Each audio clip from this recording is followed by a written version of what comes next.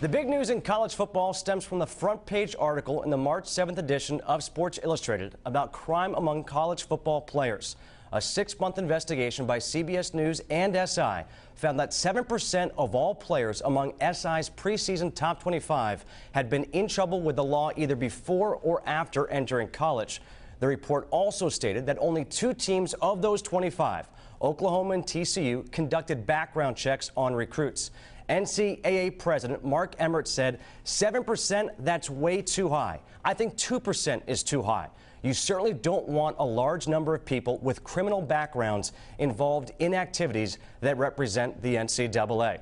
Looking at what this founding occurred, Pittsburgh, 22 players were charged. That was the most of any in the top 25, according to Sports Illustrated. 16, they were the preseason ranked 16th, according to SI. You look at the other teams in this: Iowa, Arkansas, a team out of the Big Ten, team out of the SEC, Boise State, and of course Penn State. And now, Craig Harbert, you hear this, you see this, you've read the article.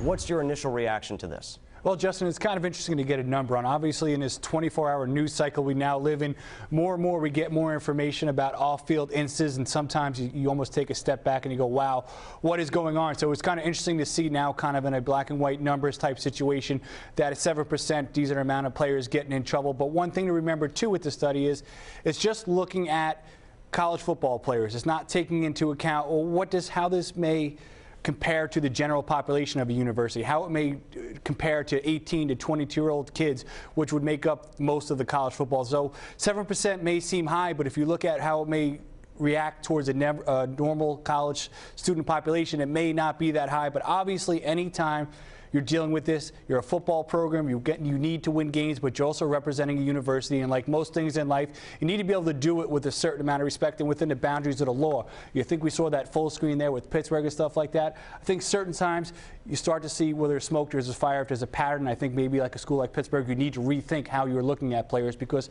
that is awfully high to have that many players getting in trouble. So maybe you need to rethink how you are evaluating and doing background checks on players. From that investigation, we heard that 2 of the teams do background checks. Should teams be doing background checks on recruits on their players? Well, I think, 2 teams reportedly do, and I think any time you can get more information, the better. The more you know about a situation, the more you know about a player, the more likely you're going to have success over the long run with that player, because you're more well informed. But, there's different universities out there. Different universities have different budgets, manpower. It may not be feasible for every university to be able to do a background check on every player they are intently looking after. So I think, anytime you can get more information, it's good. But I think as a recruiter, when you go out and recruit a player, you're trying to gather up as much information as you can. You're going to talk to head coaches, guidance counselors, teachers, people in the community, their parents. As you talk to those people and you get information back, there may be a situation where a red flag goes up and you say, hey, you know what? This may be a situation where we need to do more homework on a player. And in this case, a background check could help. If coaches, people in the community are giving us different stories, hey, now is the time maybe to use a background check where it could be very helpful to kind of fill in any missing pieces and know that this may be a kid who's a little bit on the fence of what you want. Let's do as much homework as we can and find out if this is the right guy for our program. Again, those 2 programs, Oklahoma and TCU. Now with this report, obviously there's a fallout. People have responded to this. USC Athletic Director Pat Hayden said, our coaches use a variety of methods to look into a recruit's background, including those mentioned in the story. On a case-by-case basis, if we feel it necessary, we'll do a formalized background check. The story does raise some good issues we need to discuss internally if doing some formal background checks becomes something that is factored in for the future here. It is certainly worth exploring. We now welcome in former Miami head coach Randy Shannon. Coach, thanks for joining us. What's your take? What's your initial reaction to this story? Well, about being in the NFL and being in college, I think it has a lot relative to each other, because the NFL, when I was with the Miami Dolphins, you did extensive background check on every young man because they become millionaires. And when I was at the University of Miami, we did also extensive background checks on student athletes coming out. And the university had a policy that ran through the dean of students for every student on campus that they did their background checks on. So I think it was, something that you have to be aware of. And at Miami, at that point in time, we did a comprehensive and methodical as possible and use every resource that we had to follow up to have great character kids come at the University of Miami. And those are things that were very difficult. But like you said earlier, you have to go to the students. You have to go to the guidance counselor, the coaches. Sometimes you have to go to the neighbors in the neighborhood just to find out about an individual to come to university. Coach, should teams be doing these background checks?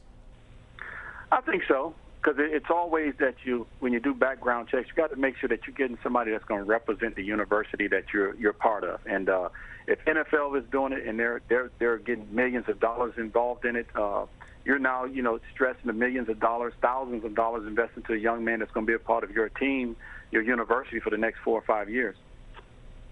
All right, Coach, the other big news today is out of the Wall Street Journal talking about over-signing among college football recruits. What do you think about over-signing? Did you have this occur when you were at Miami? Yeah, it's my second year at the University of Miami. We over-signed, but we knew what plan that we had. We had a plan that we brought in young men, and about 8 to 10 young men in early in January, so that's part of the 33 young men that we over-signed. And we knew that another 6 would probably go to junior college or prep school. So 2 years later, you're getting 2 guys back from junior college, or a year later, you're getting them back from prep school. So it's some value to it that you're signing guys that want to be a part of your football team, but you're sending them away for 2 years and sometimes 1 year to get them back to add it onto next year's recruiting class.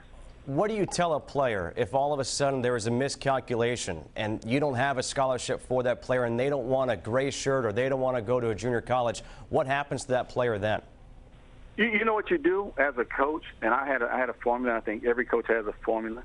You know that the 19 kids that's going to make it academically. So you already know that crew. You know the 4 or 5 that will not make it no matter what happens. He will not make it. And you leave yourself room to where you have those 2 or 3 guys that will fall in, make it or not make it. So when I was at the University of Miami, we never had that problem of somebody coming up short, because I don't think that you should put a young man in those type of situations unless you explained it to him before signing date, which some coaches do say. And when I was back, when we was on probation at Miami, we did gray shirt some kids, but we let them know ahead of time that we will bring you in January no matter what happens.